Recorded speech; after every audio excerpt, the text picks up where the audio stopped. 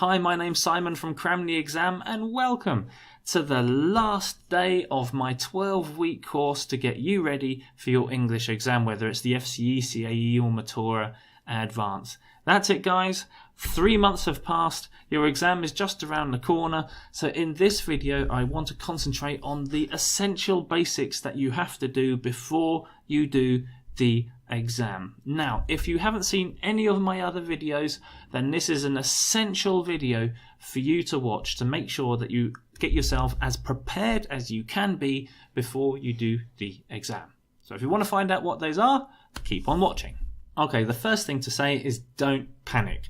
Now, I know you're not going to like that advice, but it's important advice. When you panic, you get stressed, you waste your time, you waste energy, nothing constructive happens. And in the time that remains, constructive things can happen. You can do things which will help you. So let's find out what they are. First of all, grammar and vocab. If you've only got a few days before the exam, there is no point learning anything new. Don't do it. Okay? Why? First of all, there's no time to learn it. There's no time to practice it. And if you use it in the exam, then you get it wrong, then there's a real possibility that this mistake in grammar can cause lots of damage, particularly in your writing and your speaking, to the things which surround that grammar. So, for example, if that grammar which goes wrong then makes your writing or speaking difficult to understand, you're going to be losing marks in other areas of the marking scheme. If that grammar which goes wrong is in a critical place, for example, at the beginning of a paragraph, then you destroy the flow between the paragraphs, which means that it's more difficult for the target reader to understand, and it will upset the coherency and the logic of your writing or your speaking. So that grammar mistake is not just a grammar mistake, it could be a much bigger mistake.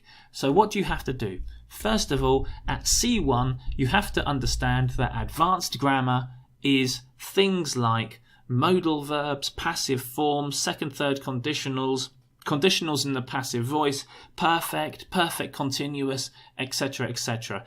You might hear things like substitution, ellipsis, and so on. These are things that you do normally and naturally now anyhow. Okay, so don't start to panic about that. Make sure you know what you know well. Practice what you know. Okay. At best, understand why it is that you're using grammar. For example, if you've got time, understand why you're using the perfect form and not the continuous form, or review that information. Understand why you're using the third conditional and not the second conditional. Review that information. Understand why you're using the passive and not the active. Review that information. If you don't have time to review that information, and you can review that information either at the back of your course books or on Google, then do the exercises in your course books or online and get them right. That's all you can do.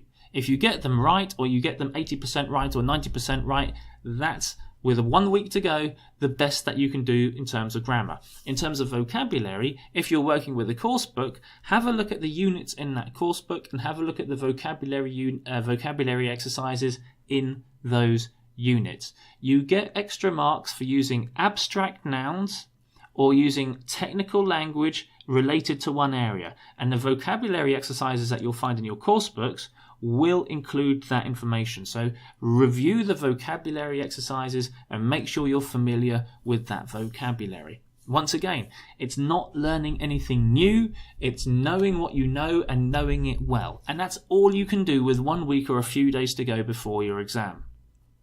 Okay, about your exam and general preparation for your exam. I want you to do an exam in exam conditions. Now, you can get an exam from the Cambridge website. There's a link in the video description below, or you can go to the excellent website engexam.info, which has got plenty of exams for the CAE, I think. So I'll try to put a link to. Oh, you've got Flojo, or you've got Exam English, which have got English exams for the FCE, as well as the CAE, I think. Do an exam in exam conditions. I don't care about your results at this stage. Why do I want you to do an exam and not care about your results? Because I want you to practice other things instead. First of all, I want you to get used to the instructions. I want you to get used to the layout of the exam. I want you to listen in the listening to what everything sounds like. So the introductory preamble or the explanations, I want you to get used to that. I want you to get used to the timing. So for the use of English reading paper, I want you to time that paper. So break down the questions. How much time am I going to spend on every question? Which questions am I going to do first? Am I going to do the reading question first? Then I'm going to do the use of English questions. Am I going to focus on points, where the most points are? So am I going to have a look at the use of English, I think it's part 4, and then I'm going to look at the relevant reading questions where the most points are, and then look at the other questions? I need you to work out a strategy for how you're going to do the use of English paper, and I need you to practice your timing for the writing paper. So 45 minutes a question, stick to that. I want you to practice using the exam answer sheets. Okay, you'll find them in the video description below.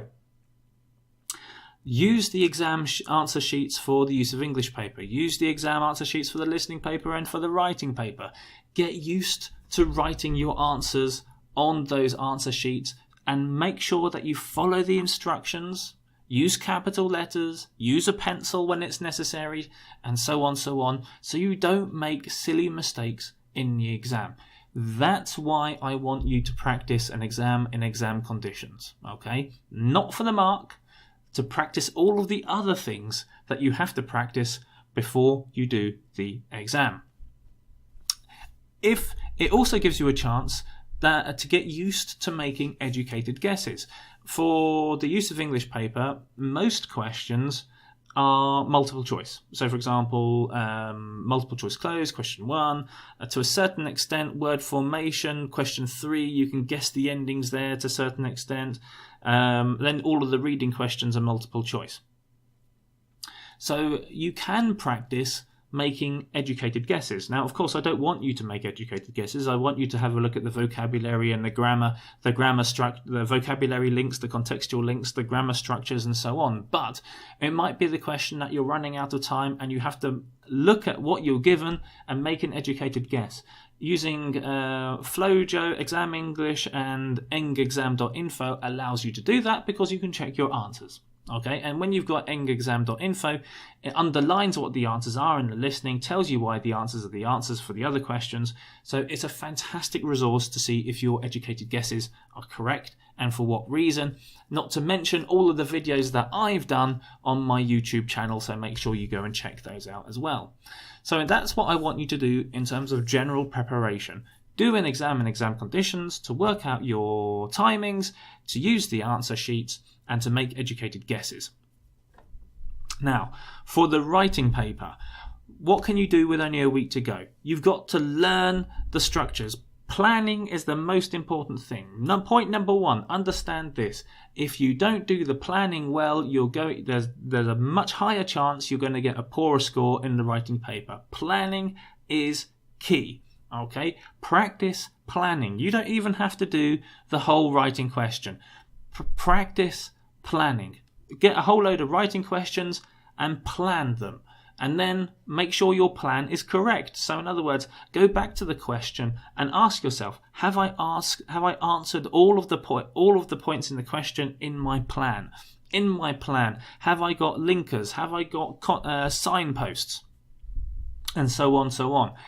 The plan is the key thing here. I talk about this a lot in my writing videos. If you've got time to check out the writing videos, go and check them out, because I walk you through the essential process of planning for the writing questions, particularly in weeks 6 to 9, I think 6 to 9 or 6 to 10. In the videos that I've done for writing every single Monday for the last 3 months. That's what you've got to do for writing. So know the structures, practice planning, and learn some linkers and signposts, because how you connect things together, simple little things, but they can add a lot in terms of points and in terms of coherency and logic to your writing. In terms of speaking, what can you do? Practice 1-minute exercises. Speak for 1 minute. Record yourself. Review it. See if you're talking sense. See if you're talking rubbish. Do it again, improve it. Do it again, improve it. Do a different speaking question. Do it again, improve it. Do it again and improve it. Practice an exam question. Record yourself. Watch it. Where have you made mistakes? Have you answered the question? Have you spoken for a minute? Did you hesitate? If you hesitated, try to do it again without hesitating, and so on, so on. So you've got to be able to practice speaking for 1 minute non-stop. Secondly, brainstorming. You've got practice brainstorming topics. Give yourself 10 seconds with exam questions in your course books or online, and brainstorm 3 or 4 things that you can talk about each topic. With 3 or 4 things, for each thing you should have a pro and a con, which means already that 3 or 4 things are 6 or 8 things. And if you're talking about 6 or 8 things, then that's easily a minute talking. Just with the writing, you learn some linkers, learn some signposts about how you can build coherency or logic in what you're saying. So I'd like to talk about this, then this, finally I'd like to talk about this, la la la la. Create some structure, connect your writing up, and learn how to agree or disagree, particularly for part 3 and part 4, and even part 2, you can agree or disagree. Yes, I agree with you, I don't agree with you there. It might be simple agreement or disagreement, it might be slightly more advanced, but make sure you've got some ways to agree or ways to disagree. Finally, in terms of last minute resources, what can you use depending on how much time you've got? My YouTube channel. I've got question after question after question after question on my YouTube channel. If you haven't checked it out already, make sure you check it out now. Check out engexam.info, check out flojo.com, check out examenglish.com. All great websites which will help you get ready for the exam. So the worst thing you can do is panic. Why? Because it's not in the slightest bit positive, it's always negative, and it's not constructive. There are lots of constructive things that you can do. Even if you've only got a couple of days before your exam, there are still constructive things that you can do that I've gone through in my video, which will help you to get ready for your exam. Thank you very much for watching this video and following me through my course.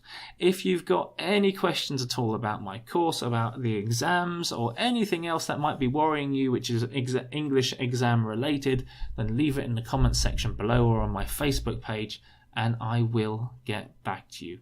Good luck guys in your exams. If you've got any questions, let me know, and I'll say goodbye for now.